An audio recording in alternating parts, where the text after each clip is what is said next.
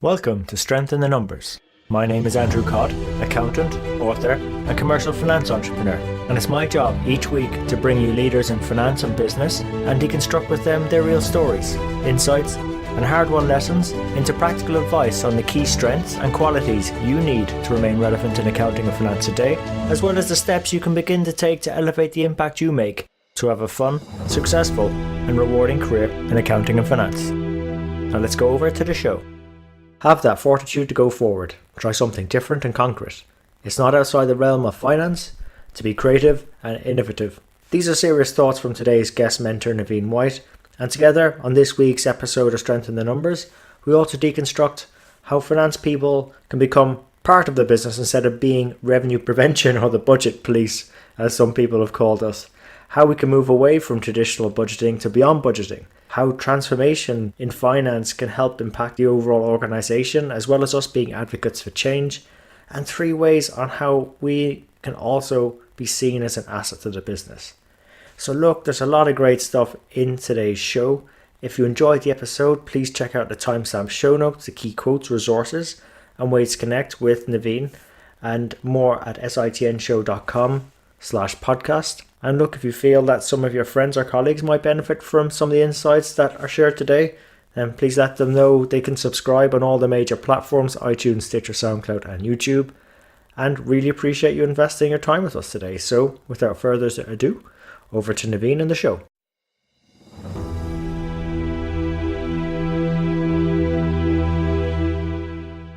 So Nevine, welcome to the show. Thank you. Appreciate you inviting me to be here. Hey Nevine, it's our honour to have you on the show. And look, I know we've spoken previously. I think you've got a fascinating story, some really great insights to share in finance. But for audience, they might want to learn a bit more about you. So would you mind maybe sharing your story and journey through accounting and finance with us? Sure, would love to. So I spent about 20 years of my career managing the FP&A function for a publicly held telecom company that was headquartered here in Denver, Colorado, just south of the Denver metro area. And as part of that journey, I ran an FP&A team for about 10 years in a very traditional way, doing budgets the way we've always done them in corporate America, doing all the financial planning and all the things that come with that, pretty much in a very traditional, routine kind of way. And then about midway through my tenure with this company, some things happened, both from an external environment perspective, as well as from an insightful CFO who really was struggling with some of the processes and how they were sort of impeding our business's ability to respond to the marketplace. We were in telecom, so very high tech, very fast moving, a lot of change had been happening. And so we embarked on a serious finance transformation that included everything from moving our organization to a much more nimble and agile budgeting process, in the sense of that we actually got rid of the budgets entirely and moved to rolling forecasts.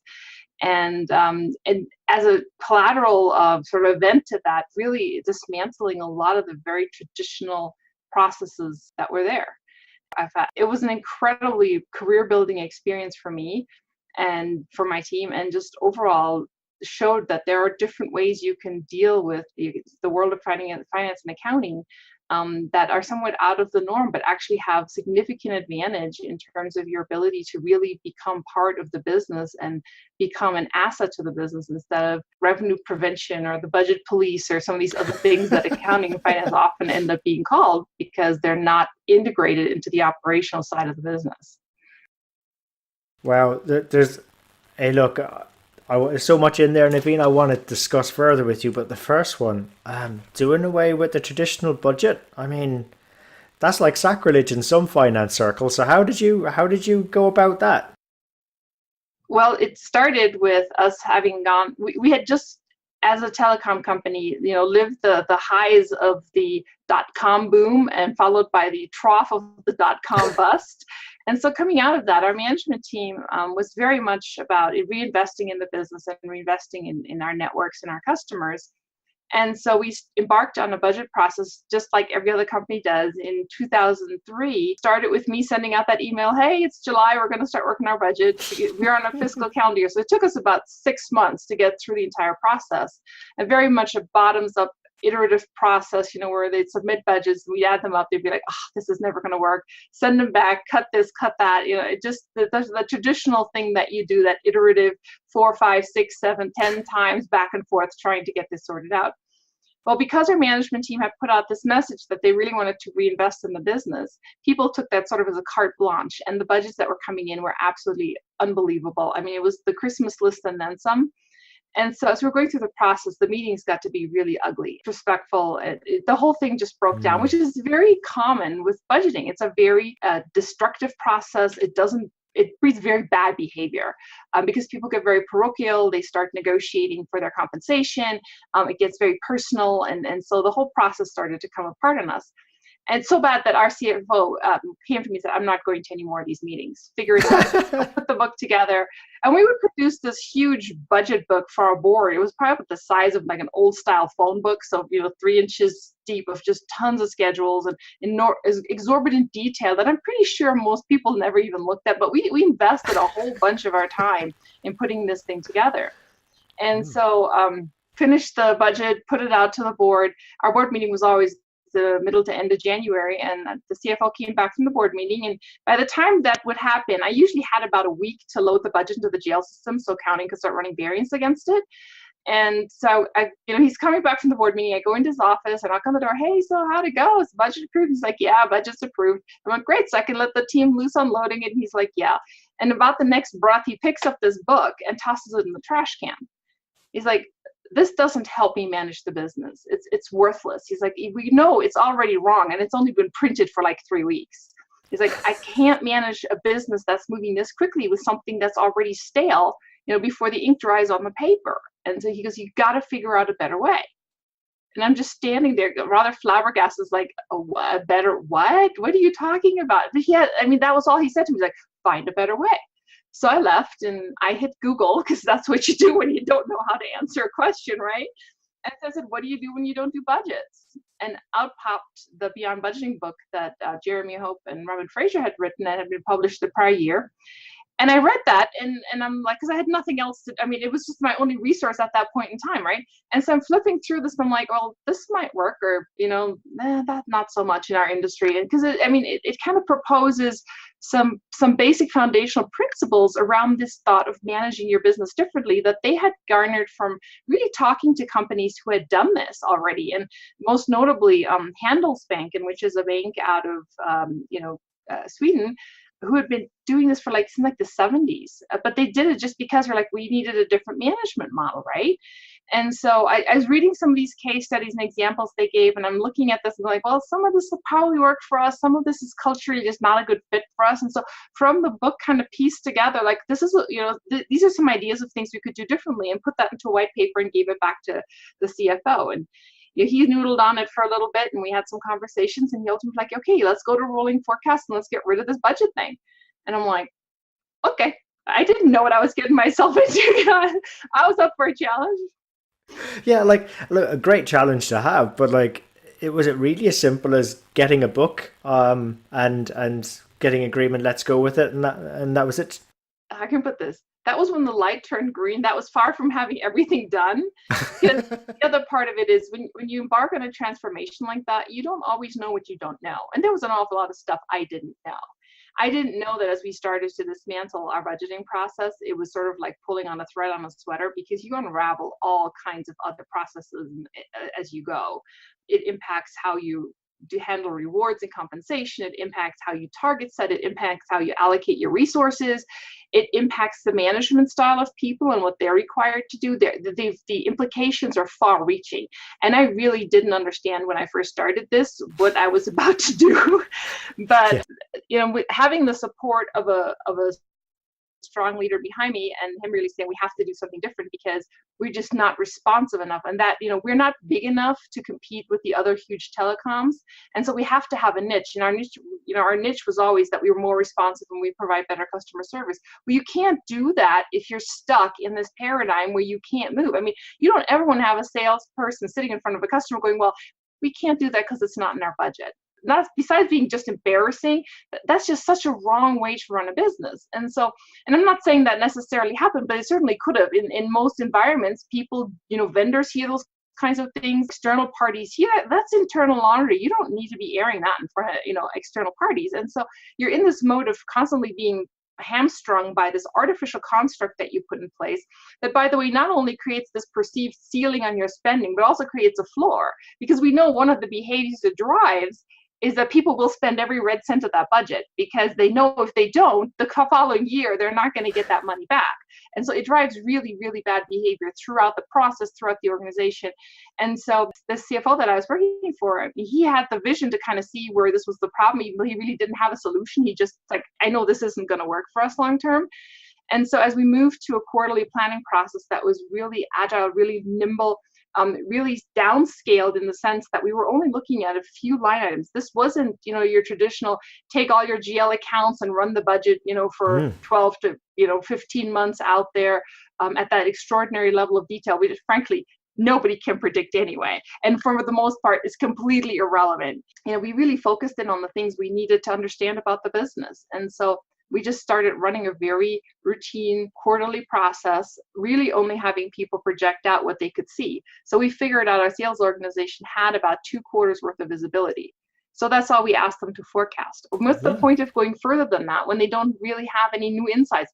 Getting out the calculator, from my perspective, it was a lot more scary for the salespeople to have calculators than for my finance people to have calculators. So we just decided, beyond those first 2 quarters, we're going to add 4 more quarters, but do it from sort of a much more mathematical approach in terms of really truly understanding trend lines, from doing some regression analysis, really understanding what drives the business beyond that, but understanding it's a mathematical projection. It's not based on feet on the street having sort of forward-looking information that we wouldn't necessarily have sitting in finance. So it worked beautifully. It took us a while to get there. I mean, this isn't like we turned the switch and everything worked beautifully the first time through.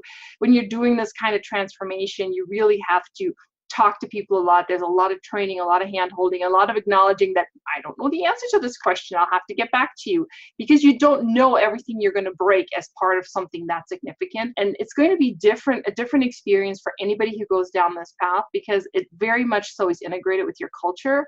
And so like we're an organization that culturally we're the kind, we'll jump off the cliff, and when we hit the water, we'll figure out how to start swimming, as opposed to making trying to make everything perfect. But that was probably better, because I think it's one of those, like it's like having to take that first dive from a 3-meter platform.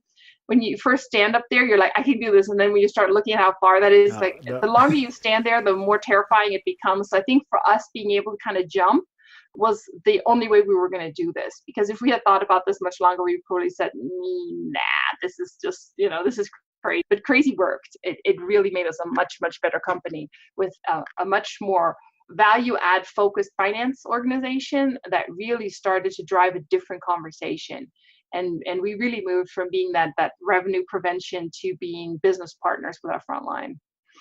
Yeah, so that you just preempted my next question then is, so look, it sounds like a real positive change, all those things happening, a bit painful as well, things breaking along the way. So like, how did it impact your organization, your team? Like, what did it allow you to go and achieve by taking this bold step? Yeah. Well, as part of it, we also embedded about half the finance organization on the front line, simply because we figured out that the issue wasn't so much the budget. The issue was any process that was just overly onerous in terms of getting things done. So it included approval processes. It included all those different things, how we paid people, how we looked at performance. All that stuff had to change. And so by embedding my team on the front line, what we were able to do is really get them much closer to the source of the issues and really understand much better how the organization functioned as it met the customer. That's what happened in our markets. That's where sales and operations interacted with the customer on a daily basis. So by having my team a lot physically closer and operationally, functionally closer to that, they were able to see some things firsthand. And so they became really significant advocates for the field back at corporate in terms of helping people understand what processes were breaking down or were just overly bureaucratic, and then coming up with solutions to help them. I mean, they paid for themselves over and over again just in the cost savings they generated by fixing processes that were just too cumbersome. I mean, we used to, things like capital approvals get emailed around the company, and it wouldn't be all that shocking to see an email that had 25 people on it, everybody putting the get approved. Yes, I approve. And it's sort of like, okay, but do we really need 25 people looking at, a $25,000 purchase in a company that's, worth billions? I mean, that's ridiculous. And so really streamlining, and again, this took time. This took us really researching, okay, what do people really have to approve? What, clears about 90% of the stuff off their desks? What level of risk are we willing to take versus delaying the process? In other words, if we're talking about buying a toolkit for a new technician that starts, why can't the operations manager approve it? And we already agreed that we're going to hire a tech. It's not like we're not going to buy them tools. Why does it have to go any further than the guy's boss, right? And so really looking at what made logical sense, sort of letting good judgments and common sense prevail over onerous policies and just like ridiculously extrapolated processes that made absolutely no sense in the context of being able to respond. Yeah, like I'm just getting a picture and a sense off you, Naveen. It's in a case where finance was probably in its ivory towers. You're now more operationally frontline supporting the business. Actually coming back to an earlier point you made, becoming an asset to the business. Some of our listeners are trying to go on that journey themselves. So would you have any advice on how to become perceived more like an asset, or let's say become more integrated with the business? Yeah, there are several key things you have to do. I think first and foremost, finance has to really understand the business. I think we often take this position of, we're almost a little arrogantly like, we're transportable, we can work in any industry. And, that may very well be true, but the reality is you're not going to serve where you're working very well if you really don't understand the jargon, you don't understand, what you're looking at. And it's unfair. I mean, how is an analyst supposed to model a new product when they don't understand the terminology or how it even fits in? They can't really be asked to do that effectively if they don't have the knowledge and the depth of understanding to engage. So my team, we learned the business. We did site visits. We had experts from engineering and IT and various organizations come do lunch and learns with us to really help people, learn about the products and the technology and what was happening. Getting deep on this stuff and really being able, like, you have an AP clerk processing an invoice. If they have no idea what the thingy is that got purchased, how do they have any idea if that invoice is right or wrong? They can't gut check it. It's completely unfair to the person. So by starting with that and really getting people that business acumen that they needed, first of all, it drove huge engagement on the team because they loved it. They absolutely loved being so much more versed in the business and being able to have a conversation with an ops person or a salesperson to really, understand what's happening. So that was significant. Then once they understood it, they were able to start innovating things because now that they knew what they were dealing with, they're like, well, this makes absolutely no sense. This is what we need to do instead. So as you start building that business acumen, you get more engagement, which gets you more innovation, which builds more acumen. And so it becomes the spiral of good that happens. So that's a really important thing. So you have to kind of get that foundation in place. So that's a big thing. The more diverse your team, the more, and when I say diverse, in terms of everything, everything from seasoned finance people to entry-level finance people with different backgrounds that may have finance, maybe a second career. The more diversity you can bring into your team, the easier it'll be to get that acumen built and to really engage at that level. The other thing, like I said before, you kind of have to go with that 80-20 thing. You cannot make everything perfect because you're going to learn so much by doing. You really have to be willing to sort of put it into like an experimental phase so you can try some things and see where things are going to break down, because you can't, if you plan it all on paper and pretend it's going to be perfect, you're going to be sorely disappointed. That's not how it works. When you're transforming things, when you're doing this kind of change, you really kind of have to go at 80% and then know that you're going to be coming back and fixing some things, sort of like a plan, do, check, act kind of loop, because you're not going to learn everything in the lab. You have to actually take it into the business to really understand what's going on. So that's a really important thing. And I think probably my third key point is you have to have some fun doing this, because this is hard. This is culturally impactful. I mean, you're changing the culture of how the business thinks and functions, and this is really hard. And if you don't have some fun with it, if you don't laugh about it, you're going to cry about it, because it is truly difficult and you're going to meet resistance. You're going to have to convince people. I have never spent so much time on my phone as during those first, 3 or 4 months when we were starting to roll this out, because you have to talk to people. You have to understand who your stakeholders are, like who are the people who are critical to your success and who are the people you need to keep informed so they don't become detractors. But there's a diverse range of stakeholdering that has to happen. And so it's difficult and it's time consuming, and you really have to stay on this thing every day. And it's like watching a little baby grow, and you have to just be there all the time because it requires that care, nurturing, and that communication and that hand holding. And yes, you're going to talk to the same person 14 times about the same thing, because until they get it, they're not going to come on the bus, No, right? And yeah. so, and we in finance are really big on dictating at people. It's like, you will do this because finance said so. That's not a way to do transformation. You will disconnect so many people so fast, it's not going to happen. So that nurturing, it's very difficult. So that's what I'm saying. You have to have some fun with this, because if you don't have fun with it, you're going to cry about it. And it's a lot more fun to engage people, or it's a lot easier to engage people when you're having fun than when it looks like you're just in pain all the time.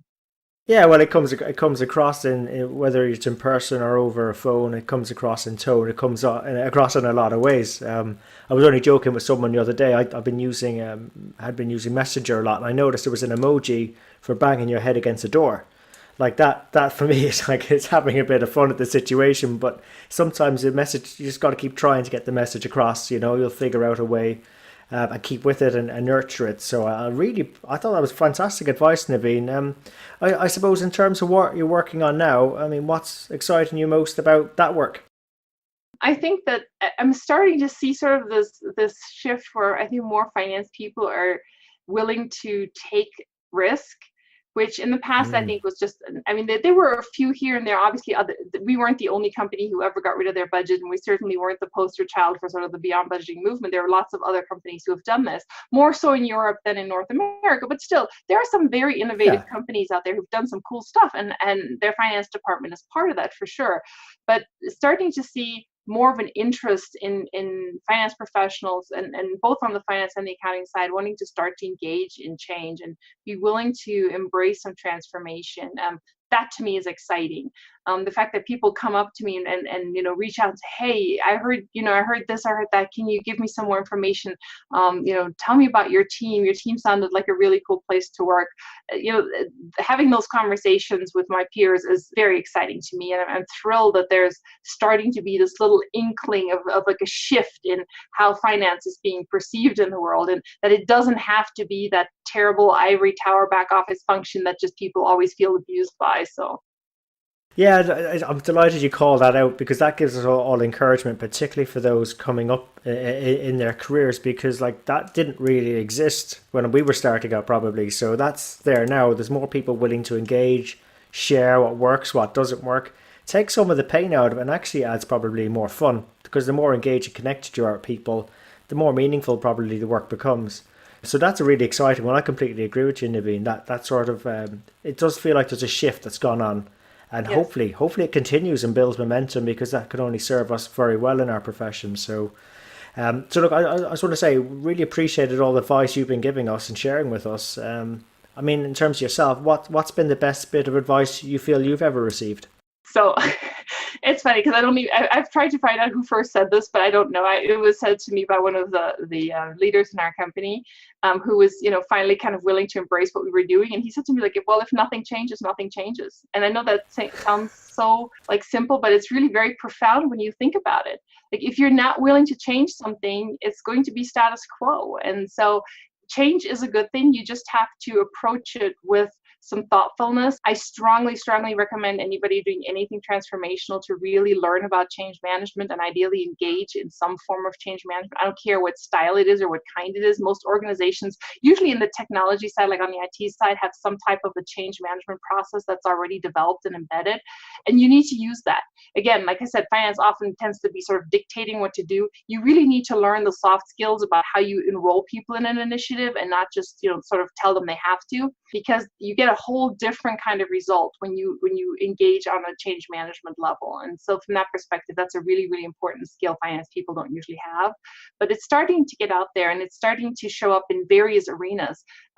There's obviously huge shift starting to happen where a lot of the great principles of sort of IT agile is starting to spill over into much more of a broader business context, which is so exciting to me, because that they have so many cool tools and just interesting approaches that are very people centric.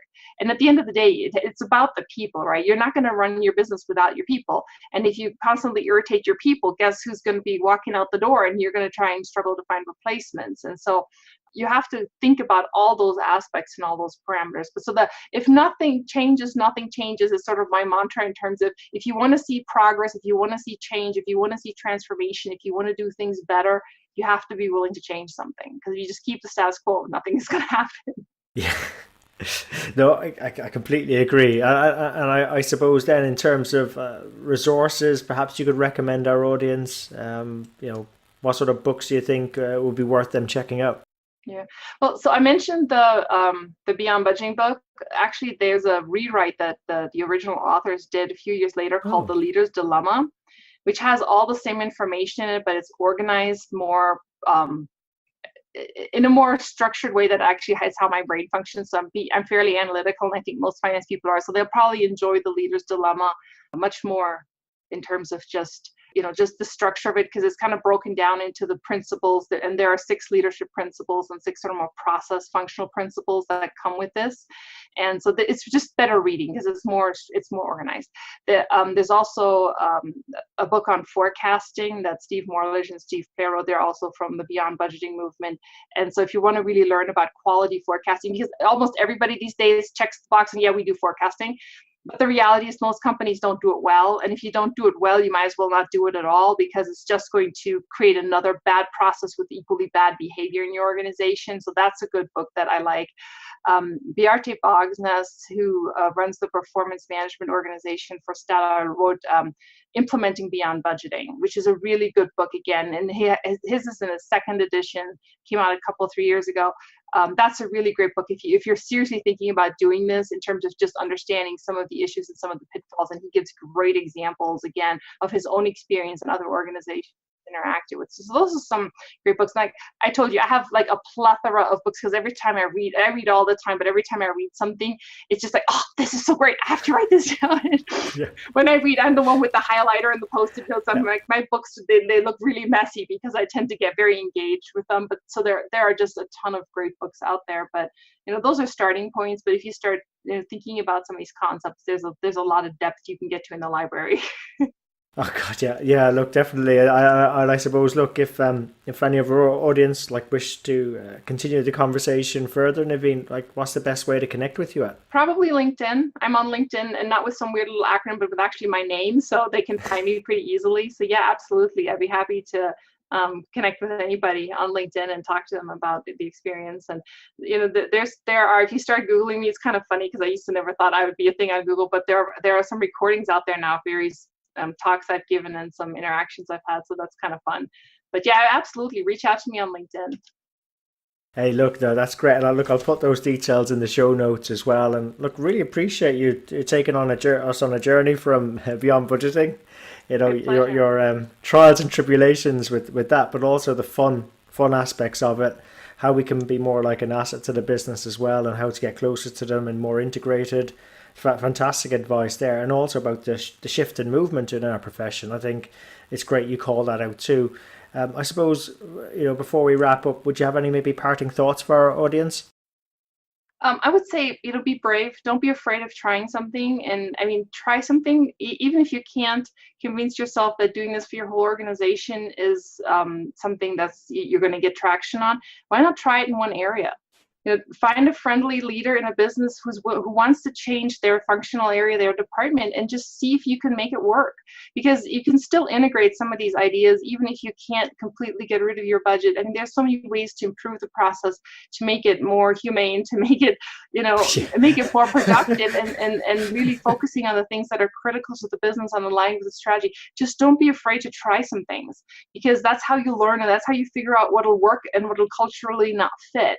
And so, just have that intestinal fortitude to go forth and conquer and try something different. It's not outside of the realm of finance to be creative and to innovate. Yeah, and if you start small, it's a very low risk of breaking the entire business, and it just gets you familiar with some of the pushback and gets you more comfortable with doing this on a larger scale and learning. So Nevine, look, great advice again for our audience, and look, really appreciate you investing your time with us today and coming on the show. I appreciate you inviting me. Thank you so much for the opportunity. It was fun talking with you. So there you have it. Hope you enjoyed today's show. If you'd like to know more about our guests today, their bio, and follow up on the resources mentioned during the show, you can find all the relevant links and more at sitnshow.com. There you'll also be able to get access to earlier shows, read the latest blogs. There's also an opportunity to subscribe to our newsletter, which will give you heads up as to when the next show is coming out, latest events, news, and anything that's going to be relevant to help you have a fun, rewarding, and successful career in finance and accounting. And just before you go, we really appreciate your feedback. If there's something we can do better on the show, something that's not working, or something you'd like to see, even a guest you'd like for us to invite onto the show, someone who you think might be able to benefit you more and also the rest of our community, please let me know. You can email me. I'm at andrew@sitnshow.com, or feel free to connect with me on LinkedIn. Just drop me a message so I know how you found me and we can connect. And really, it's our community that'll make the show. If we keep engaging and driving each other on, we'll keep on building our strength in the numbers. When all is said and done, if we can do the numbers better and finance better, we'll create more opportunities for ourselves, our friends, our families, our communities, and our businesses. So until next time, have a good rest of the week, take care, and let's keep building our strength in the numbers.